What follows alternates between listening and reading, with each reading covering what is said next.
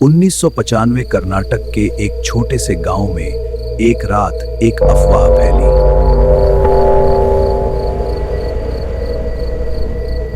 दरवाजा मत खोलना, बाहर कोई है जो तुम्हारी ही आवाज में तुम्हें बुलाता है, और अगर तुमने दरवाजा खोल दिया तो सुबह तक तुम बच नहीं पाओगे।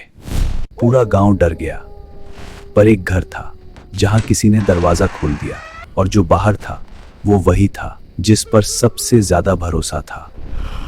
गांव का नाम था हेब्बाड़। बेंगलुरु से 3 घंटे दूर छोटा सा गांव, कोई 500 घर, लोग सीधे सादे, खेती करने वाले। उस साल मानसून देर से आया था, फसल कम हुई थी, और गांव में पहले से ही एक अजीब सी बेचैनी थी। और फिर अक्टूबर की एक रात किसी ने कहा, ले। कन्नड़ में मतलब होता है कला, बस यही 2 शब्द। किसी ने रात को दरवाजा खटखटाया, नालेबा।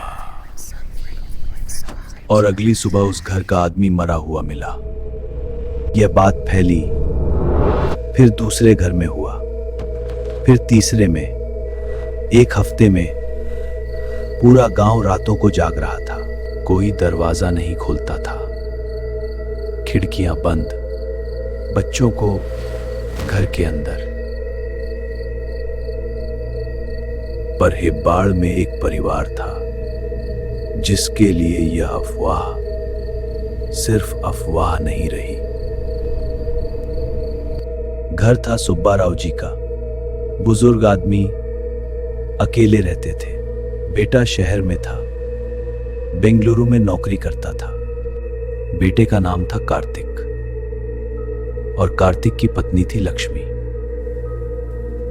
दोनों उस हफ्ते गांव आए थे। सुब्बाराव जी की तबीयत ठीक नहीं थी, बुखार था।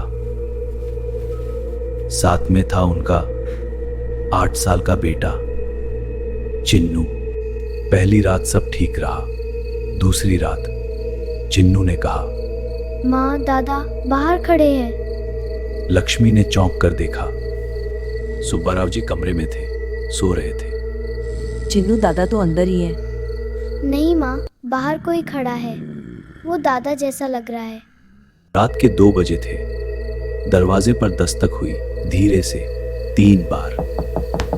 कार्तिक उठा, दरवाजे के पास गया। कौन है? कार्तिक बेटा दरवाजा खोलो, ठंड लग रही है। बाहर से आवाज आई, सुब्बाराव जी जैसी आवाज। कार्तिक का हाथ कुंडी पर गया। तभी लक्ष्मी ने पीछे से कसकर पकड़ लिया उसका हाथ। रुको।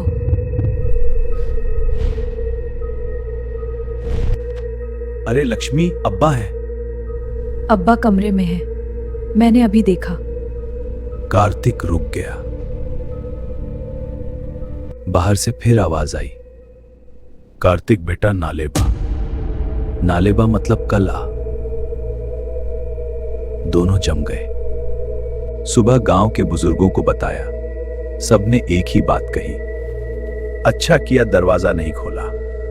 जो बाहर था वो सुब्बाराव नहीं था। नालेबा वाली बात गांव में पहले भी सुनी गई थी। वो पहले घर को परखती है, जानी पहचानी आवाज में बात करती है, और अलग अलग रूप जैसी लग सकती है। अगर कोई दरवाजा खोल दे तो कुछ ठीक नहीं रहता। यह है क्या? बुजुर्ग चुप रहे। कुछ ऐसी बात जो आसानी से खत्म नहीं होती, और कभी कभी दूसरों के जरिए आगे बढ़ती रहती है। उस रात कार्तिक ने तय किया, अब्बा को लेकर कल सुबह ही शहर चले जाएंगे। पर रात को एक और बात हुई। रात के 3 बजे चिन्नू उठा, नींद में सीधे दरवाजे की तरफ चलने लगा। लक्ष्मी की आंख खुली। उसने देखा बेटा दरवाजे की कुंडी पकड़ रहा है। चिन्नू! वो रुका, मुड़ा। उसकी आंखें खुली थी, पर देख नहीं रही थी, जैसे नींद में होगा। दादा बुला रहे हैं माँ, कह रहे अंदर आना है। लक्ष्मी ने उसे खींच लिया, कसकर पकड़ लिया, और तभी बाहर से आवाज आई। इस बार आवाज चिन्नू की थी। माँ, दरवाजा खोलो, मैं बाहर हूँ। लक्ष्मी ने नीचे देखा, चिन्नू उसकी गोद में था, पर बाहर चिन्नू बोल रहा था, बस अभी निकलते हैं। रात के 3:30 बजे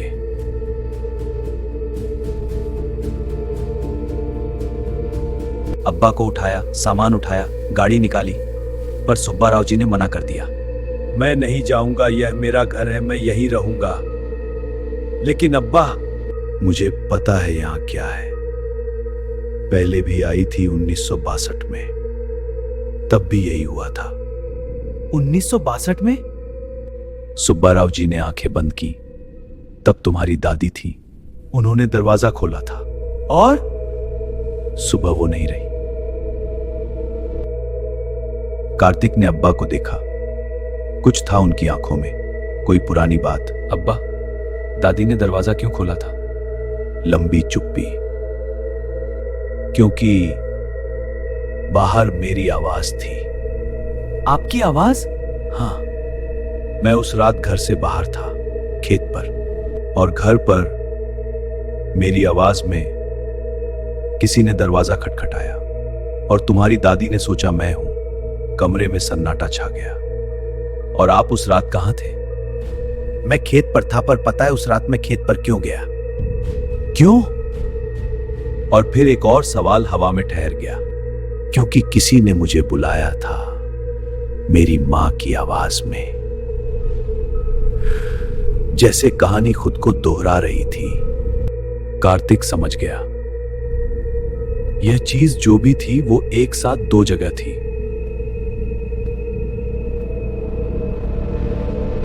एक बाहर दरवाजा खटखटाते हुए और दूसरी अंदर से किसी को बाहर भेजते हुए। 1962 में पहले सुब्बा राव को बाहर भेजा, फिर दादी के पास गई, और अब लक्ष्मी चिन्नू नींद में दरवाजे पर गया था। हाँ, किसने भेजा उसे? कार्तिक और सुब्बा राव दोनों ने लक्ष्मी की तरफ देखा। लक्ष्मी खिड़की के पास खड़ी थी, बाहर देख रही थी। लक्ष्मी? वो मुड़ी और मुस्कुराई। वो बाहर से नहीं आती। उसकी आवाज थोड़ी अलग थी, थोड़ी पुरानी। वो तो पहले से अंदर होती है। कार्तिक ने लक्ष्मी का हाथ पकड़ा। ठंडा था, बर्फ जैसा। चिन्नू ने मां को देखा और पहली बार डर गया। माँ, तुम कब से यहाँ हो? लक्ष्मी ने जवाब नहीं दिया, बस खिड़की से बाहर देखती रही। और बाहर अंधेरे में कोई खड़ा था, लक्ष्मी की शक्ल में। बस एक सवाल, जो रात भर दरवाजे पर दस्तक देती रही। क्या वो बाहर थी, या वो तो कब का अंदर आ चुकी थी? और तुम्हारे घर में जो रोज तुम्हारे साथ बैठता है, खाता है, सोता है, क्या तुमने कभी ध्यान से देखा है उसे? आत्मा कथा को सब्सक्राइब करो, क्योंकि अगली कहानी में शायद जवाब मिले।